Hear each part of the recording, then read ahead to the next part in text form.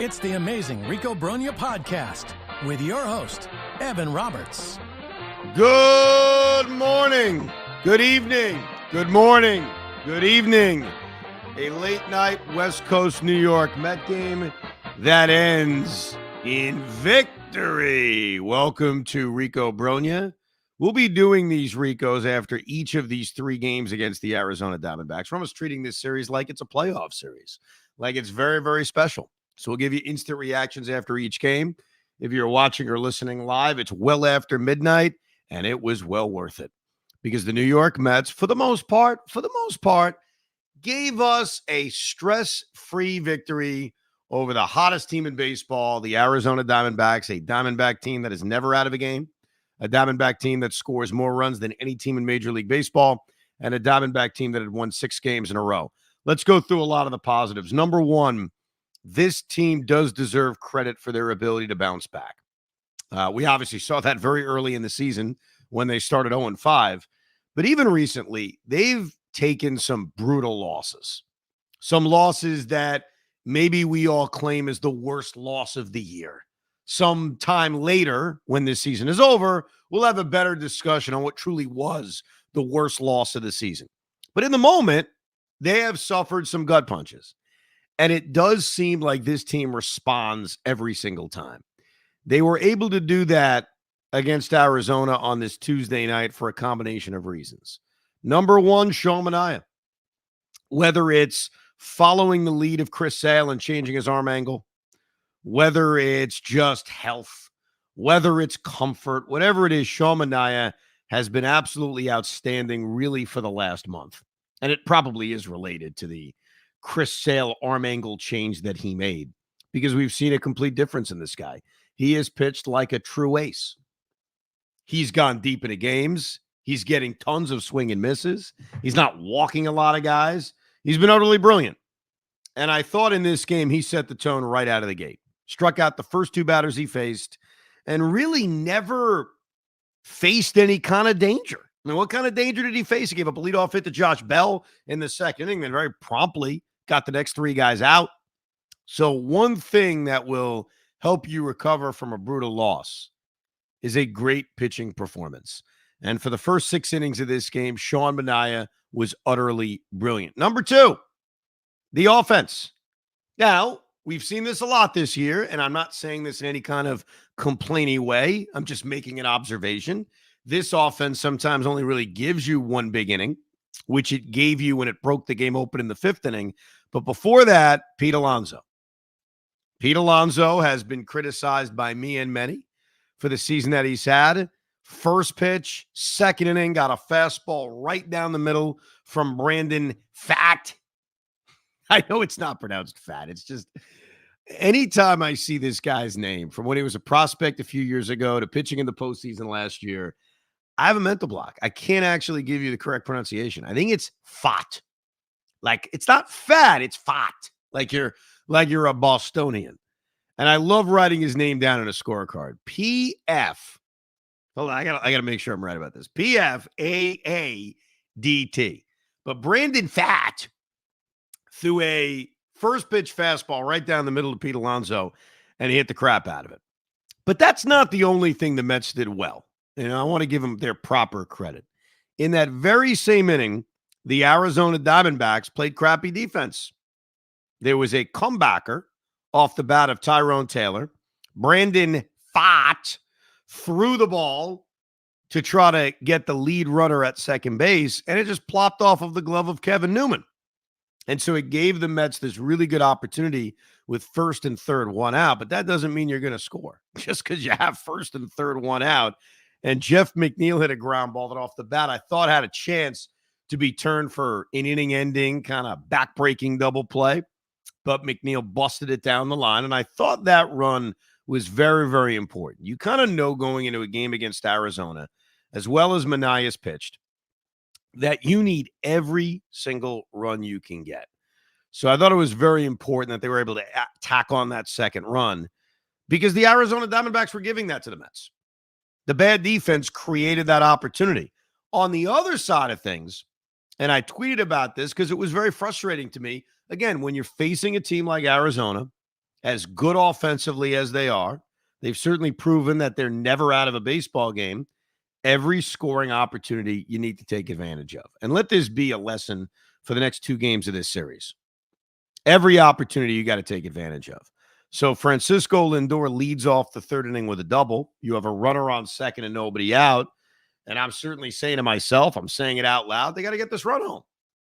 You got to find a way, even if it's Mark Vientos hitting a ground ball to second base. I don't care to advance the runner. You've got your 2, 3, 4 hitters coming up. You got to get that run home. And the Mets failed.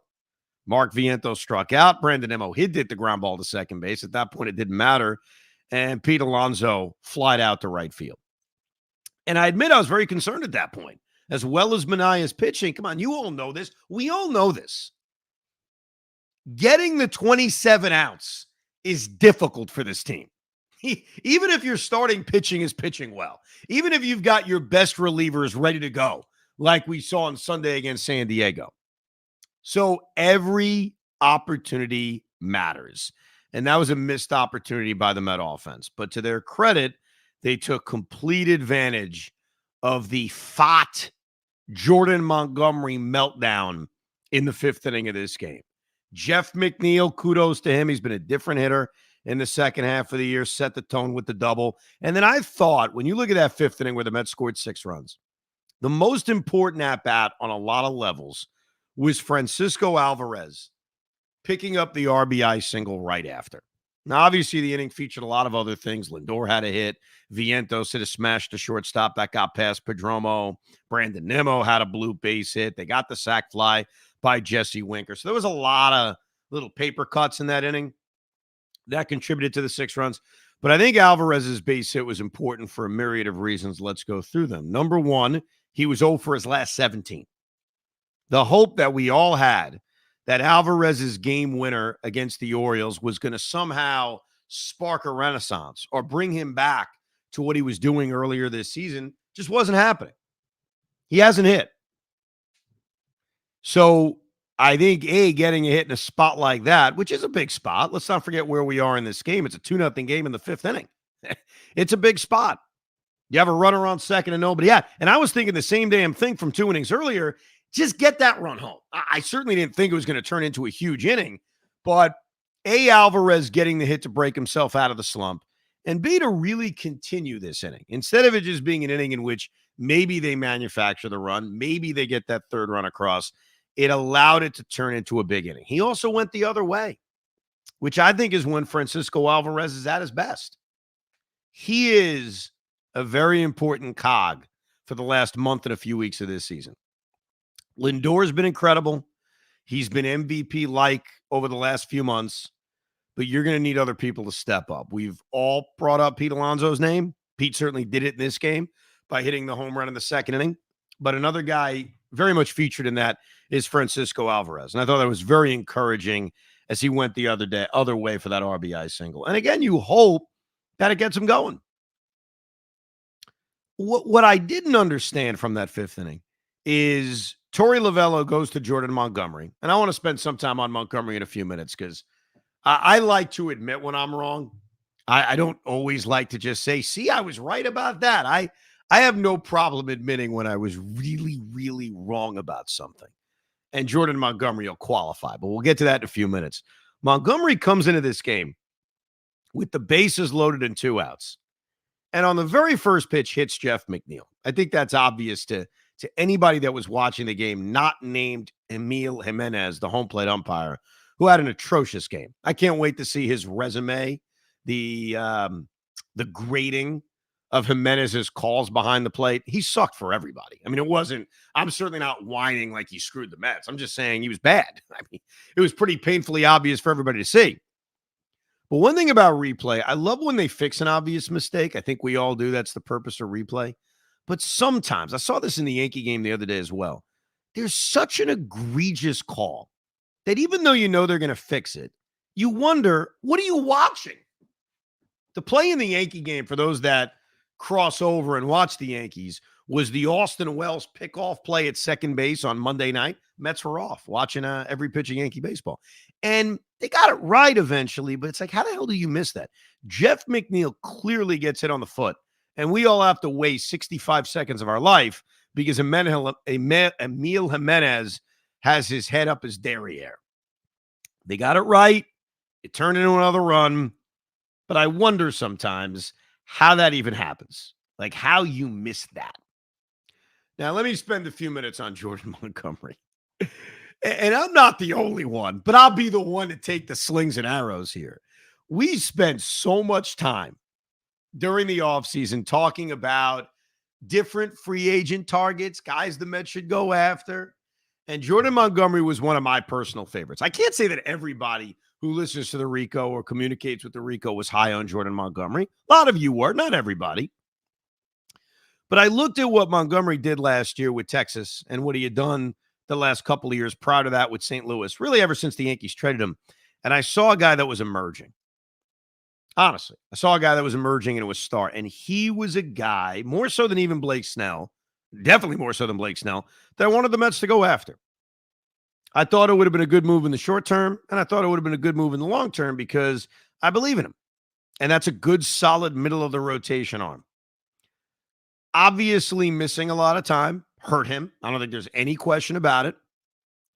But he's been bad for a long period of time. And Blake Snell missed a lot of time.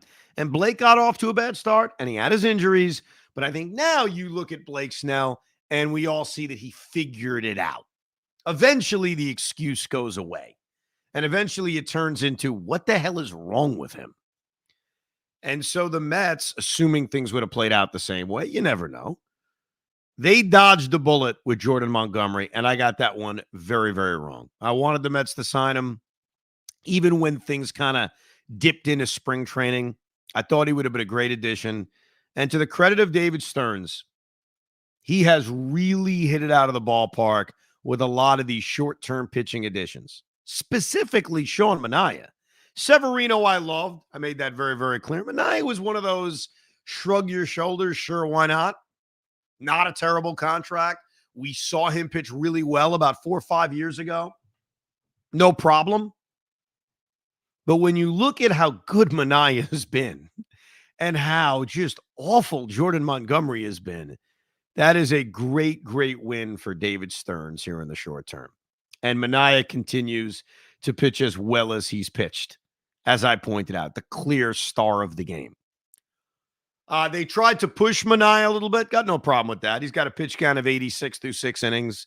You have yourself a big lead. We've seen this a few times with Manaea, where Mendy will try to push him just a little bit. Earlier this season, they really babied him in terms of not wanting him to go third time around the batting order, not really wanting to go into the 6th to 7th inning. But lately, they've done it a lot. And how about this attribute about Sean Manaea? And it really is impressive considering how rare he was pushed earlier this season.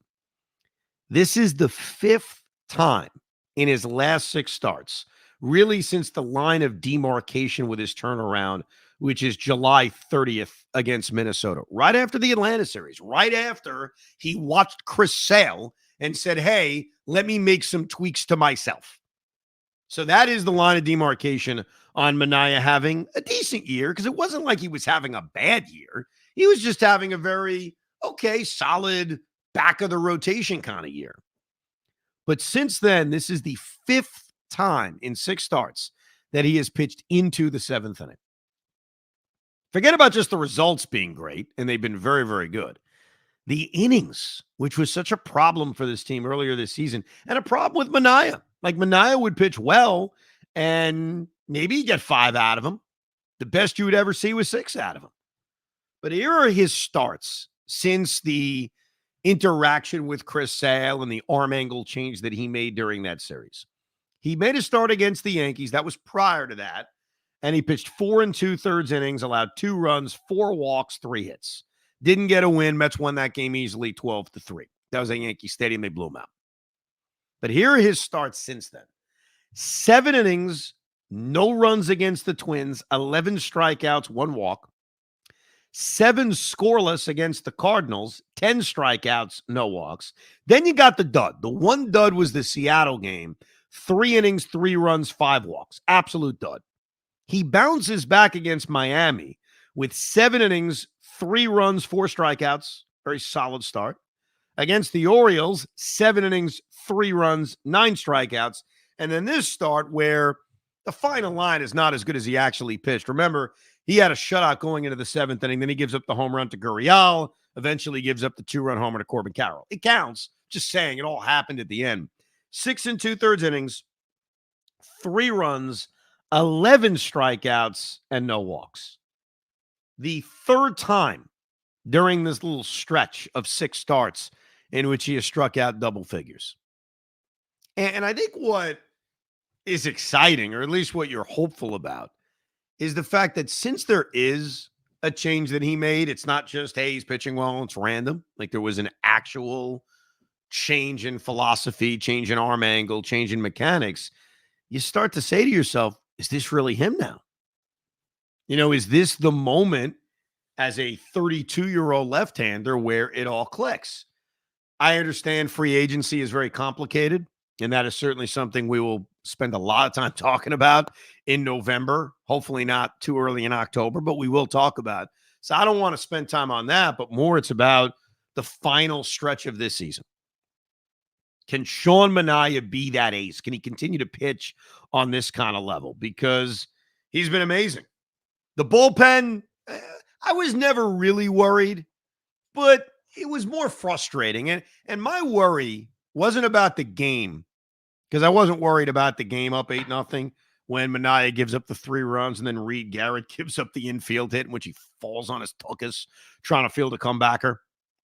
My worry was using the top end of your bullpen.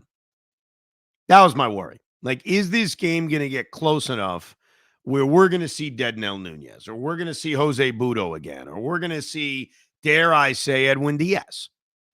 And that would be a problem because the Mets are about to begin a stretch. They are beginning a stretch in which they are playing for 9 consecutive days. 9 games, 9 days, 3 different cities, 3 different time zones. Typical thing. Arizona for 3, Chicago for 3, back at City to take on the Red Sox for 3. So you think long-term and you say, can you really have to use your best pitchers when you had an 8-0 lead in the 7th inning? So I don't know how you guys felt. I know it's a West Coast game. You get nervous. Pete was crazy with some of your tweets tonight, by the way, Hoff. I mean, first of all, you're talking about walking Aaron Judge with the bases loaded. That's a different story.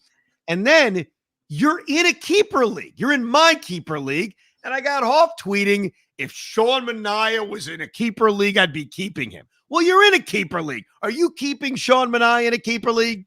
I don't have him, but it was a reference. It was more or less about the actual Mets and not about, like, if I was in a fantasy team, Sean Manaea has to be a keeper because look how good he's been pitching. And you have to, it's really a message to the Mets of like, when you have something good, you have to find a way to keep it. And I think he's finally clicking. Listen, in Oakland, he did have a good stretch in him for a couple of years. Mm-hmm. He wasn't that bad. We saw the bad end of it towards like San Francisco and San Diego, if I'm correct. But that was more what it's reference to, not so much an actual fantasy league. I do not have him in my league now. Well, even in the real life of the New York Mets, I think these discussions on Manaea, on Severino, on all these guys that are free agents at the end of the year. And in Manaea's case, he has options, but he's clearly going to opt out. The year he's having, I don't think there's any question he's going to enter free agency.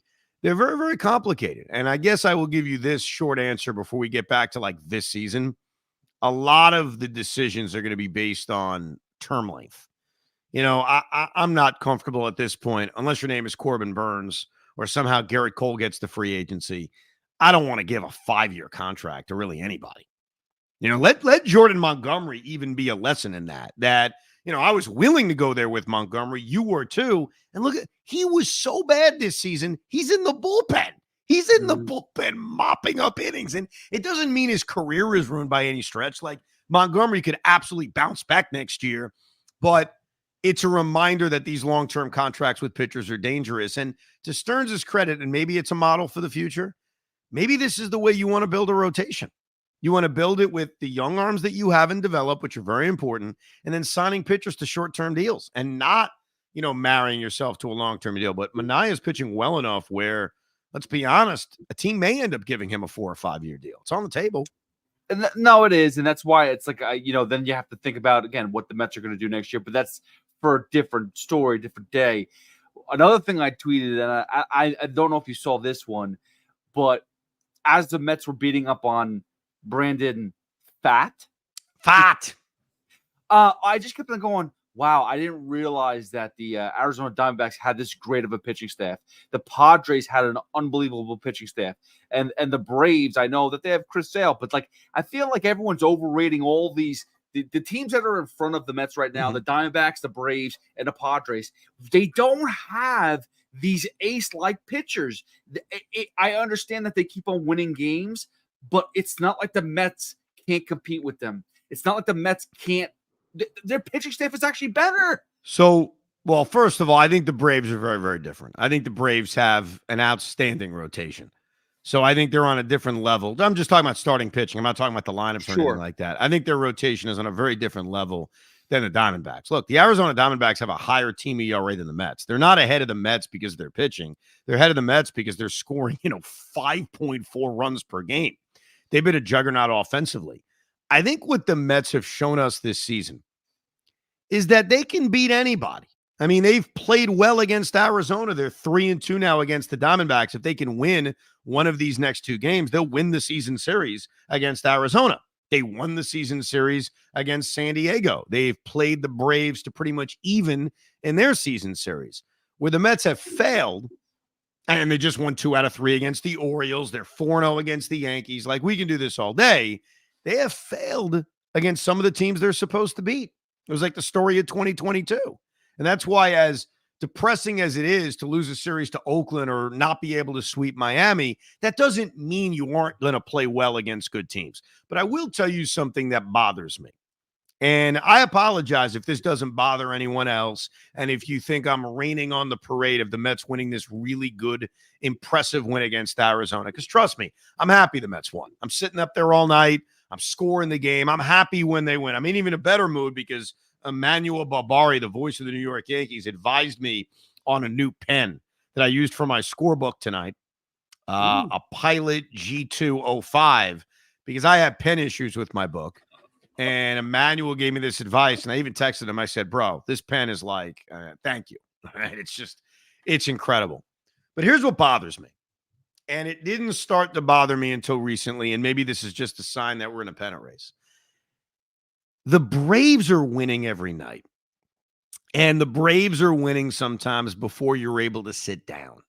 And so the Mets had a successful night tonight. They beat the Diamondbacks. They've actually played well during this stretch of playing really good teams. But they're not gaining ground. They're losing ground. If I would have said through the first 4 games of this West Coast trip against Arizona and San Diego, 5 games, I should say, the Mets are 3-2.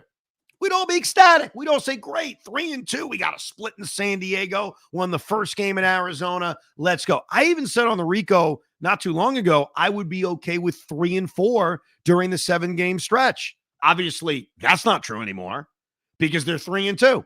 I'm not going to sit here happy if they lose the next 2 games. But they're 3-2 on this West Coast trip. And during that exact same time period, the Atlanta Braves are 5-1, which means the Mets went from being a game and a half out to 3 games out. Is that the Mets' fault? Obviously, it's their fault they blew a game on Sunday, but they're 3-2 over these 5 games. They have played well. They bounced back. They just beat the Diamondbacks. Like, they won 2 out of 3 against the Orioles. The Mets have played well. I can't say they haven't, but they're losing ground. And it almost ruins my night. It almost makes it difficult to enjoy a win. Now, that's not the case in April, May, June, July. Mets win. Nothing else really matters in terms of the baseball schedule. But we're in a pennant race, and there aren't many days left on the calendar. And every day that goes away, like August 27th is now gone, the Mets didn't gain any ground. And I admit it's frustrating, and it takes a little bit away from a victory. Do you not feel that, Hoff? All right, so I'm going to look at the optimism here. They won. They keep on winning. They took a game against Arizona, so Arizona's now tied with San Diego. Guess who's playing Arizona at the end of the season for 3-game series? San Diego. San Diego. Yes, exactly. So they have to fight it out. You look at the Braves schedule, not for nothing, but they don't have the easiest schedule. The last 4 games are against the Royals, who's also fighting for a playoff spot. Between the Padres, the Arizona Diamondbacks, and the Braves, they're all playing the Dodgers, who's supposedly this juggernaut of a team too. So it's like I understand you have to play. You have to win the games that are in front of you. You don't have after this Diamondback series. You basically have 3 games against the Braves and 7 games against the Phillies, and then that's it for like head to head. Everything is just win what's in front of you, whether it's the Marlins or whatnot. But these other teams have to play a tough schedule, so they're gonna start losing games eventually. It's gonna happen. Mets just got to keep winning. Yeah, well, look, you hit on it. The Mets have to keep winning. Here's the reality. The Mets are 69-63. They're 6 games above 500. The high water mark that they've had this season is 7. Okay? They have not been able to bust through that number, a number they've hit a couple of times. I think it is obvious to us all. If they want to make the playoffs, and that's the goal, we're not sitting here watching every game just, hey, let's have fun. Hey, let's win 85 games. No. It's make the postseason. I think, and this is also where I'm wrong, totally admit it, back in May, back in early June, I thought that number to be a playoff team was going to be a lot lower than it is. I thought 84, 85. And it's why at the beginning of the season when we made predictions and I picked the Mets to win 86 games, I thought that'd be enough. It's not going to be enough. And let's just all be honest about it. 86 and 76 is highly unlikely to be enough. Do the math on what would have to happen. And I know it's baseball. Don't do the math because anything can happen.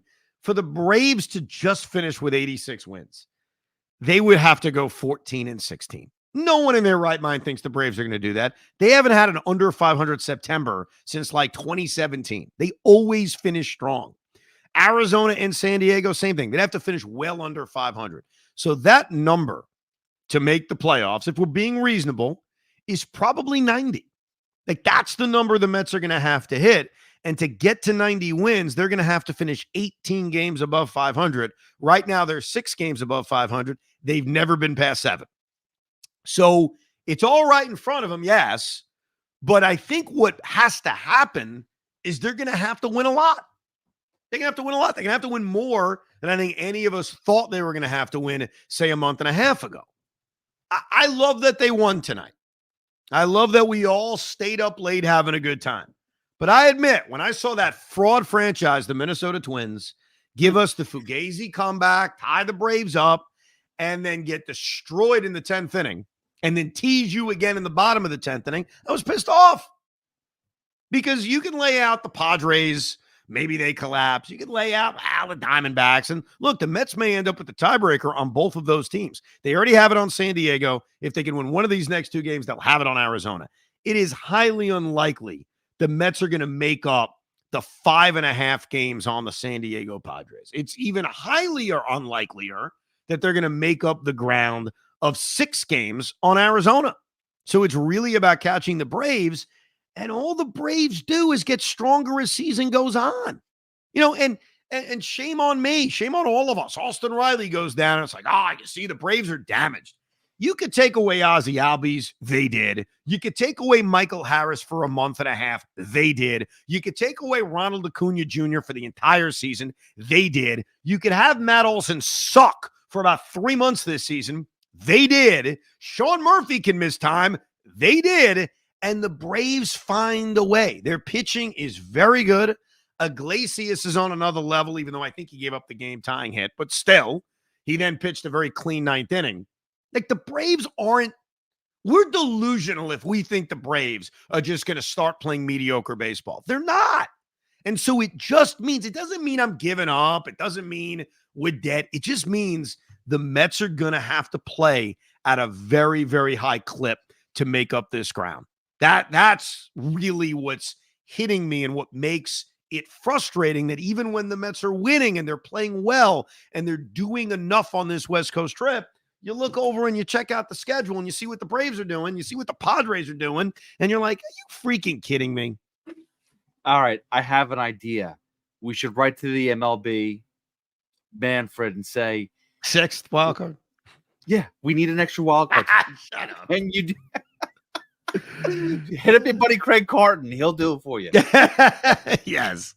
Give me an extra playoff team. No, and I don't want to have the discussion now on what it's going to feel like if we miss the playoffs, but it's going to be pretty disappointing, even if it meant, wow, the win total was a lot higher than we thought. Now, I hope I'm wrong.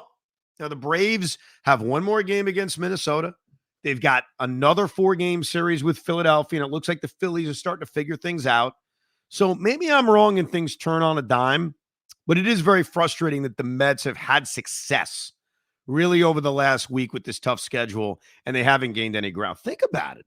They went 2-1 against the Orioles, 2-2 against San Diego, and forget for a second the game they should have won. Just forget about it, because like they didn't win it. It is what it is.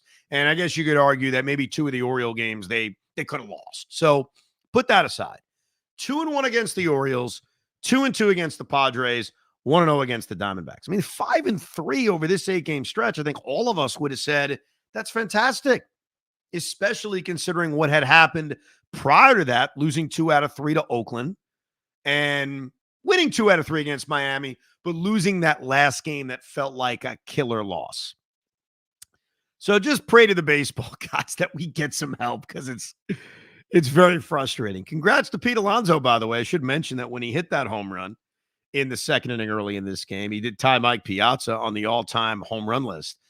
If the Mets re-sign Pete on a 1-year deal, let's just say, and I go back and forth on what kind of contract he's going to end up with, but let's just say it's a 1-year deal.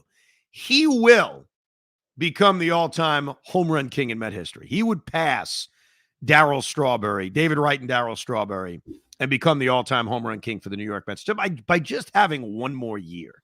And that may not matter to a lot of people. You may not care about that anymore. Just saying. I'm just letting you know that that's how close he is to destroying the Met home run record book. What? Let me ask you a question, though. Why is that not realistic? Like, he's had a quote-unquote awful year. Why not offer him the qualifying offer, or try just give him a 1-year deal? And you're in the record books. You're going to be going down as the best power hitter in Mets history. All you do is hit 30-plus home runs. It makes so much sense. So I'll tell you why. Because, and this is where I go back and forth, I admit. Predicting a contract, predicting what a guy's going to get is very, very difficult. Pete Alonso has 28 home runs and 72 RBIs. From the outside, he's fine this year. He's having a maybe not the best year of his career, but he's going to end up with over 30 home runs. And I think teams will look at him as what he is, which is a very reliable slugger. He's not Aaron Judge, but he's very, very reliable. And I think at the end of the day, 1 year is not going to be enough.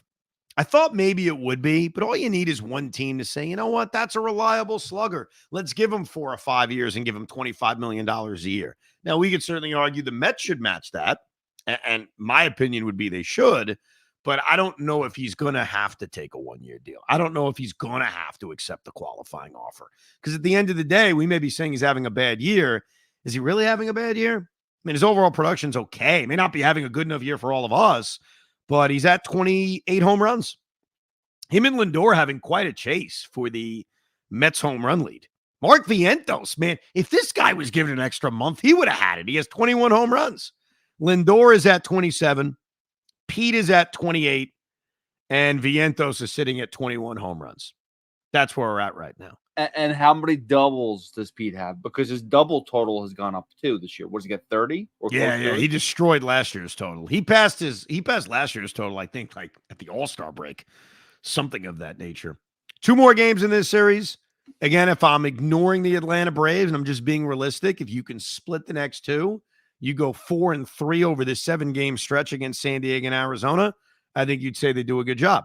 But I admit, if the Braves are winning the next 2 games, then it's going to feel like crap. Then they're going to be 4 games out going into the weekend. But it is Luis Severino against Eduardo Rodriguez. Jose Iglesias has great numbers against Eduardo Rodriguez. So not only Eduardo being a lefty, but if you look at Iglesias' personal stats against Eduardo, he should be a lock to be in the lineup Wednesday night. And then David Peterson is making the start on Thursday afternoon. I can't tell you he's going to pitch great. You never know. But David Peterson needed to make this start. The idea that they wouldn't use their better pitcher against the better team in the more important game was lunacy to me. But luckily, the Mets got the right call. Peterson will pitch on Thursday afternoon against Ryan Nelson to wrap up this series, and then they head to Chicago. A very stressful 3 games in Chicago where it's sweep or bust. Let's be perfectly honest about that. That's where the weekend has to be a gaining ground weekend. You're playing 3 in Chicago against the worst team since the 62 Mets, and the Braves are playing the Phillies in Philadelphia. Like, if they don't gain ground over the weekend, then it's never happening. By the way, one quick thought about the White Sox, and then we'll say goodnight to everybody because it's, 1 o'clock in the morning if you're listening or watching live.